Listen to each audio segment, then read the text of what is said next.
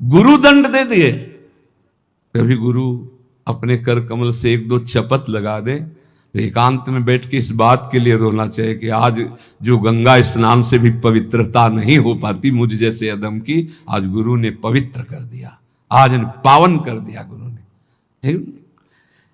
अपने पूजनीय गुरुजनों के द्वारा जो दिया हुआ दंड होता है वो जीव मात्र के लिए परम मंगल, परम वांछनीय होता है। माता पिता भाई सुहृद ये मोह से युक्त होकर प्यार करते हैं, गुरु प्रेमवश। एक बार उड़िया बाबा की शरीर सेवा में एक संत भगवान रहते थे, तो कोई त्रुटि हो जाती है, अपराध बन जाते हैं देहाभिमान के कारण कहीं ना कहीं। बाबा ने बुलाया और कहा पहले आप सत्य बोलना, आपसे अपराध हुआ? उनका जी। तो दंड स्वीकार है, आज्ञा कीजिए, 3 वर्ष हमें मुंह मत दिखाना, कहीं भी हमारे सामने 3 वर्ष मत पढ़ना।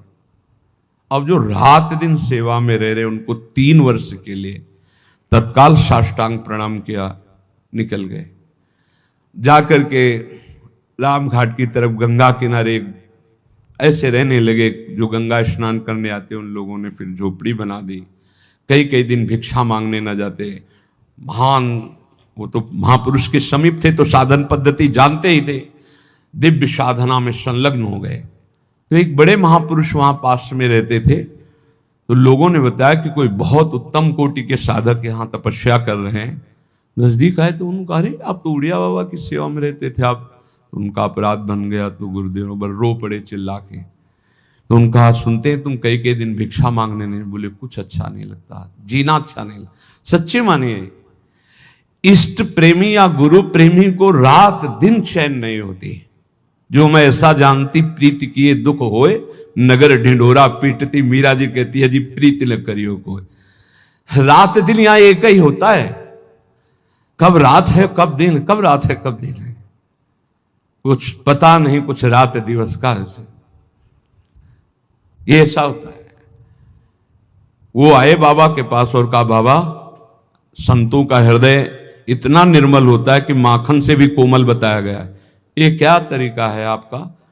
आप अपने अंग सेवी को इतनी दूर 3 वर्ष के लिए कर दिया, उसका जीना मुश्किल है, कई कई दिन भोजन नहीं पा रहे। बाबा ने कहा उनकी चर्चा बंद करके कोई और चर्चा करो।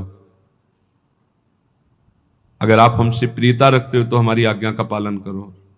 वो संत लौट कर गए, बोले भाई पता नहीं क्या अपराध है आपका कि हमको तो साफ मना कर दिया कि आपकी चर्चा ही ना करें, अब और भी रहे।